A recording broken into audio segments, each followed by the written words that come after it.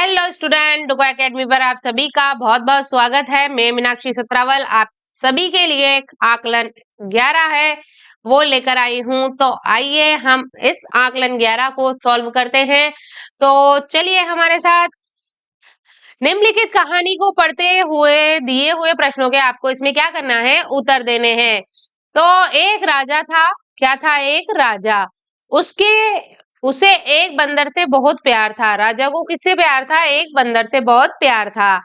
उसने उस बंदर को अपने पास रख लिया। उसने उस बंदर को क्या किया? अपने पास में रख लिया। बंदर के जो बंदर है राजा की सब काम किया करता था और वो बंदर राजा के लिए पूरा काम करता था।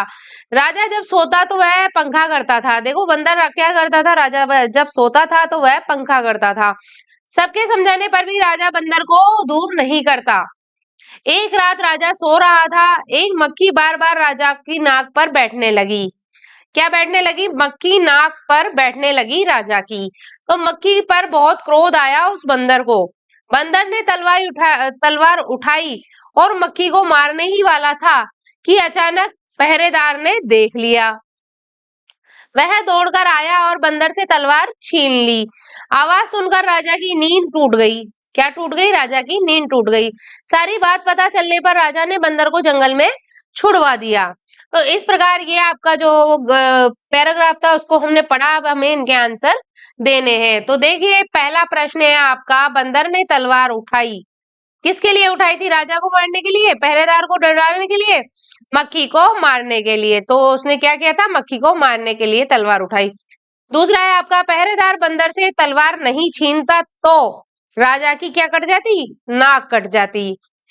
तीसरा है आपका, बंदर का समानार्थी नहीं है तो कपी है, मरकट है, वानर है, तो कौन सा नहीं है? मनु।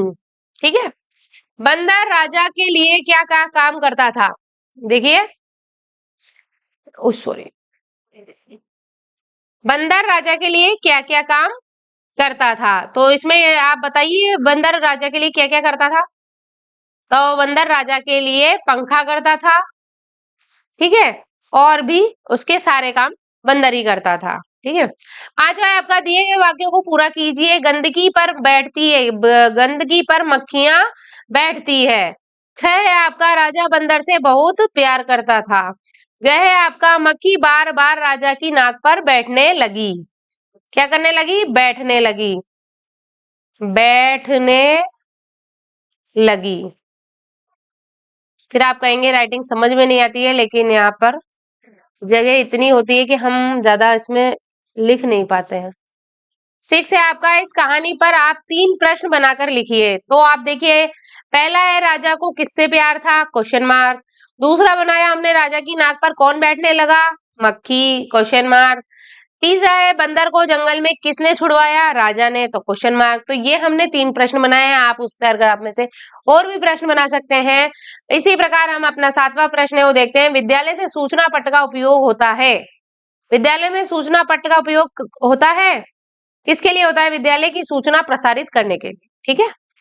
8वां है आपका, आप घर पर कौन कौन से कार्य करते हैं? लिखिए। हम घर की साफ सफाई करते हैं, गाय को रोटी खिलाते हैं, और भी जो भी आप काम करते हैं वो इसमें लिख सकते हैं। 9वां है, यदि आपके किसी परिचित को टीबी हो जाए तो आप क्या करेंगे? हम उसे सरकारी अस्पताल में ले जाकर इलाज करवाएंगे। 10वां है आपका, समास विग्रह कीजिए। तो राधा कृष्ण, तो राधा और कृष्ण। तिराहा, 3 राहों का समूह, 3 रास्ते हो उसे तिराहा कहते हैं। ठीक है। तो हमारी वर्कशीट है, ये वर्कशीट आकलन 11 है वो कंप्लीट होता है। हम फिर मिलेंगे आपको अगली वर्कशीट में। तब तक के लिए धन्यवाद।